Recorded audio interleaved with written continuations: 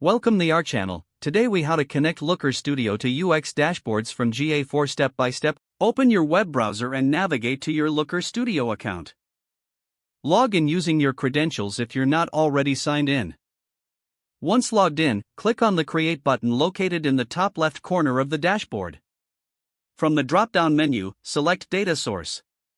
In the Data Source options, scroll down or use the search bar to find and select. Choose the appropriate GA4 property you wish to connect to. Click on the Connect button located in the top right corner of the screen. You will be taken to a configuration screen where you can adjust your data source settings. Review the dimensions and metrics automatically populated from your GA4 property. Make any necessary adjustments to the data fields based on your layout requirements. Once satisfied with your configuration, click on the Add to Report button. This will take you back to your Looker Studio report with the new data source linked.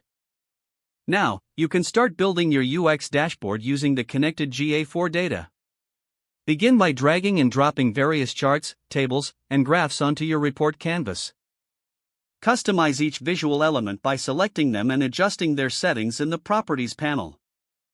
After you've designed your dashboard, review your work for accuracy and layout preferences. Finally, save your report by clicking the Save button on the top right. Your Looker Studio dashboard is now successfully connected to UX data from GA4. If the page does not load, refresh the browser or try again in a private or incognito window. Make sure you are using the correct email address, then retype it carefully to avoid small typos.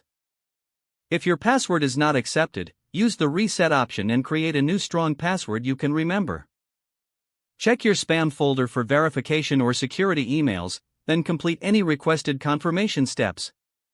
Enable two-factor authentication if available to improve account security and reduce unauthorized access risk. After signing in, review your profile details so your contact information and settings are accurate and current. If you see an error message, note it down and try again after restarting your device and internet connection. Log out when you finish, especially on shared devices, to keep your account and payment information secure. If the page does not load, refresh the browser or try again in a private or incognito window. Make sure you are using the correct email address, then retype it carefully to avoid small typos.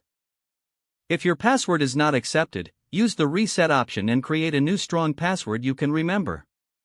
Don't forget to like this video and subscribe to our channel for more step-by-step tech guides.